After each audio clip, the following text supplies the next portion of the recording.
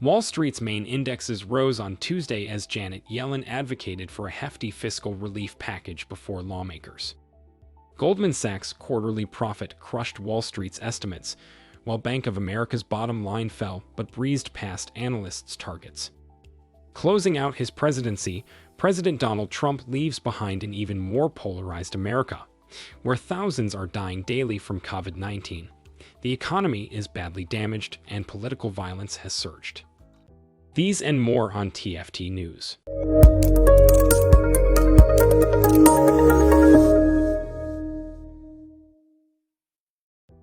Brazilian military flew medical personnel and 1,000 doses of a Chinese vaccine deep into the Amazon rainforest on Tuesday to start inoculating indigenous people against the coronavirus. Deep inside the reaches of the Amazon rainforest, medical personnel rolled out long-awaited COVID-19 vaccinations on Tuesday for Brazil's indigenous tribes. Villagers clapped as 68-year-old Isabel Tacuna became the first to be vaccinated in Umariaçu, a remote village of wooden houses on the banks of the Amazon River. She was inoculated with the coronavac shot, developed by China's Sinovac. Village medic Tarsis Marquez Tacuna says it's a collective sigh of relief for a community where over 36 residents have died from the disease and some 2,000 more have been infected. I was waiting for this moment, this D-Day, and it has finally arrived after so many deaths here and in the world. This is hope for us, the indigenous people. Brazil's more than 800,000 indigenous people have been particularly devastated by the pandemic. Many of them live in isolated villages, days away from the closest medical post by riverboat. According to Brazil's Indigenous People Articulation, a tribal umbrella organization, the coronavirus has killed nearly 1,000 indigenous people in Brazil and infected over 46,000.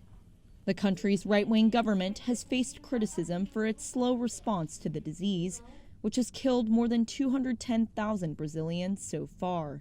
Following weeks of setbacks, Brazil finally began its nationwide vaccination drive on Monday using China's Sinovac vaccine.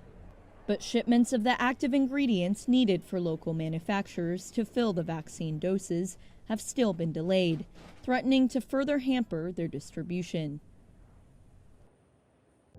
Stocks rallied across the board on Tuesday after Janet Yellen threw her weight behind another big economic stimulus package. Wall Street started the holiday-shortened week on an upswing on the eve of the Biden administration taking office as investors anticipate another hefty dose of government stimulus for the economy. The Dow rose 116 points, its first gain in 4 sessions. The S&P 500 climbed 30, the Nasdaq jumped 198. Treasury Secretary nominee Janet Yellen told lawmakers in her confirmation hearing Tuesday that this economy needs a big stimulus package to offset the slump caused by the health crisis. Neither the president-elect nor I proposed this relief package without an appreciation for the country's debt burden. But right now, with interest rates at historic lows, the smartest thing we can do is act big. In the long run, I believe the benefits will far outweigh the costs, especially if we care about helping people who have been struggling for a very long time. Those were the words Wall Street wanted to hear, says Vespula Capital's Jeff Tomasulo. So when we have this stimulus package coming out, you have to see the future and say to yourself, hey, people are obviously going to use that money to do both. They're going to invest, they're going to spend money. And on top of that, we have a vaccine that is starting to work, right? If you think 6 months out, where we're going to have a lot of pent up people that want to travel and they're going to spend more money in the next 5 or 6 months. So I think that's where you're seeing a little bit of a pop today. Wall Street also had to digest corporate earnings. Bank of America beat fourth quarter profit forecast. Goldman Sachs saw its quarterly profit more than double. But the big news of the day came after the close from Netflix.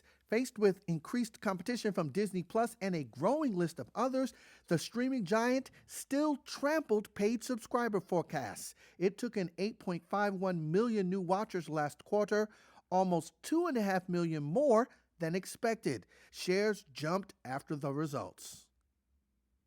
Self-driving car maker Cruise and majority shareholder General Motors said on Tuesday they would partner with Microsoft to accelerate the commercialization of driverless vehicles. Cruise, the self-driving startup company backed by General Motors, is getting help from a tech titan as it tries to speed up the commercialization of driverless vehicles. Cruise will partner with Microsoft and use its Azure cloud computing platform for its self-driving vehicles. Microsoft's expertise could also help GM quicken digitization initiatives, including the use of artificial intelligence. In exchange, Microsoft has agreed to take an equity stake in Cruise. Microsoft will join GM, Honda, and other investors in a new equity investment totaling more than $2 billion combined, pushing Cruise's private market valuation to $30 billion. That investment puts Cruise in the fast lane when it comes to the companies that are in the race to develop self-driving vehicles and its technology, along with Waymo, the self-driving company that's majority owned by Alphabet, and Argo AI, the Pittsburgh-based self-driving startup backed by Ford and Volkswagen. GM stock soared on the news, jumping 10% to a post-bankruptcy record high. Goldman Sachs' quarterly profit crushed Wall Street's estimates, while Bank of America's bottom line fell but breezed past analysts' targets. Two more big American banks posted results Tuesday that breezed past Wall Street's targets. Goldman Sachs' quarterly profit more than doubled to $4.4 billion, crushing analyst estimates. Goldman did so well, it completely absorbed the $3 billion hit to its annual profits, stemming from the settlement with regulators over its role in Malaysia's IMDb corruption scandal, in which U.S. authorities say about $4.5 billion was siphoned from a Malaysian sovereign wealth fund founded in 2009 by then Malaysian Prime Minister Najib Razak. In its latest quarter, Goldman got a boost from the fees it earned for underwriting high-profile IPOs like Airbnb and DoorDash. That lifted its investment banking revenue 27%. Like other Wall Street banks, its trading revenue also soared as financial market volumes remained high. Strength in the trading business also bolstered Bank of America. A 7% revenue increase at its sales and trading unit offset a drop in revenue in consumer banking that was partly caused by lower interest rates. Bank of America's profit dropped, but it was bigger than what analysts had forecast. The second largest U.S. bank is seen as an economic bellwether. In a sign of confidence in the economic recovery, the bank released $828 million from its credit reserves. Its board also approved a $3.2 billion share buyback program. Shares of B of A and Goldman fell in early trading Tuesday. The U.S. coronavirus death toll exceeded 400,000 on Tuesday as the country hardest hit by the pandemic will likely see another 100,000 deaths as soon as mid-February. On December 1st at roughly 4:45 p.m. Central Time, 86-year-old COVID-19 patient Florence Bolton was blanketed by the loving tones of her grandchildren, her ventilator temporarily removed by a nurse in an effort to help her see the faces of her family members perched on an iPad screen above. Less than 24 hours later, Bolton was pronounced dead. Tragically, Bolton is now one of more than 400,000 Americans to have died from COVID-19. A heartbreaking and once unimaginable milestone crossed in the U.S. on Tuesday. And yet, the situation will still get worse, with another 100,000 deaths expected by mid-February, said incoming head of the Centers for Disease Control Rochelle Walensky on CBS's Face the Nation Sunday. And we still yet haven't seen the ramifications of what happened from the holiday travel, from holiday gathering in terms of high rates of hospitalizations and the deaths thereafter. So yes, I think we still have some dark weeks ahead. At Providence St. Mary Medical Center in rural Apple Valley, California, where COVID-19 patients line the hallways due to a lack of ICU beds, Executive Director of Acute Care Mendy Hickey offered a stark, emphatic reminder. It's not just the elderly who are dying. There are a lot of young people. We had a 28-year-old, we had a 36-year-old, we had a 34-year-old that you have to walk their family in here to see them for the last time. And they have young kids. It's such an awful thing.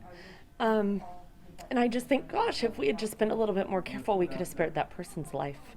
Hickey added that the political climate exacerbates her frustration and desperation in trying to keep people healthy. It really gets to me when people say it's political, or that it's a fake disease, or that, the Democrats this or the Republicans that, because I guarantee that the patients in these beds and the family members that are watching their loved ones die could care less what political party they belong with. I wish people would just take it seriously and believe us. While some health officials have expressed concerns about a more contagious variant of the virus spreading across the country, there are glimmers of hope amid the despair.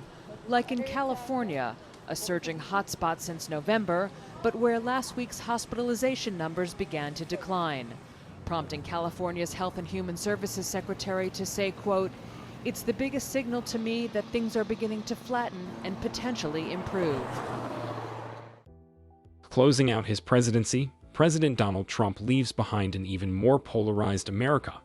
Where thousands are dying daily from the pandemic, the economy is badly damaged, and political violence has surged.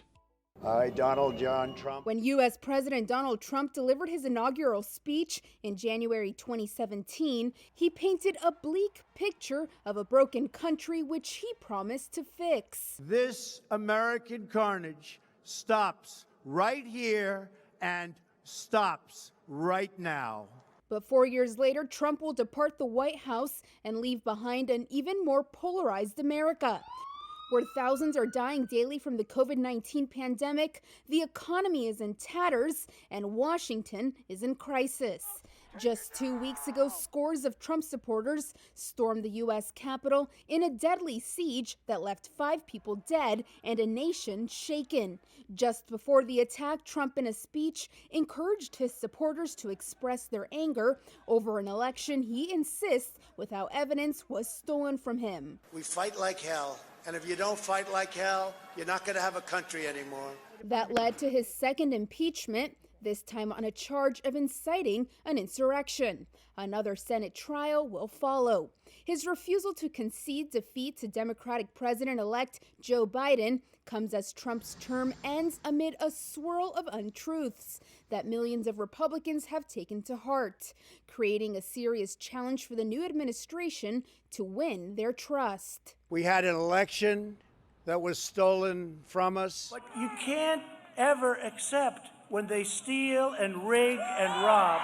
And stolen by the fake news media. Holding firm to that position, Trump will skip the inauguration on Wednesday, the first sitting president in over 150 years to do so. There will be no handoff of power, no shaking of hands or gracious greetings by the sitting president and the first lady to the new ones, which President Obama afforded Trump despite his birther campaign that questioned falsely Obama's right to the presidency. Trump's defenders will say he made foreign policy advancements, that his tax policy spurred economic growth before the pandemic, and his appointments to the judicial branch will outlast him by decades.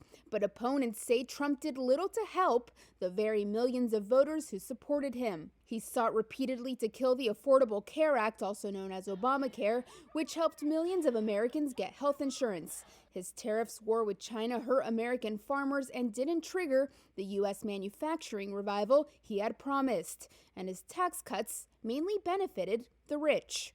He will also be remembered for his response to the deadly 2017 rally in Charlottesville, Virginia. I think there's blame on both sides, and I have no doubt about it, and you don't have any doubt about it either. And for the hard line during the summer of protests against police brutality after the death of George Floyd, tweeting, "When the looting starts, the shooting starts." White House spokesman Judd Deere rejected the notion that Trump's legacy lay in tatters. In a written statement to Reuters, Deere cited a list of what he considered Trump's economic accomplishments, such as getting the country on the path to recovery and deregulatory moves. He also argued that the president secured the border with Mexico, rebuilt U.S. military strength, brought some troops home, and helped orchestrate development of a coronavirus vaccine in a matter of months. Once Trump leaves to begin his post-presidency at his Mar-a-Lago club in Palm Beach, Florida, cut off from Twitter and other social media platforms, his message will still be carried far and wide by a devoted base of supporters. While some Trump voters have turned away from him since the assault on the Capitol, most appear to be sticking with him. According to Reuters Ipsos polling done in the immediate aftermath of the siege, 70% of Republicans remain loyal to Trump. And those are the latest from around the world. I'm Mike Wallace, and this is TFT News.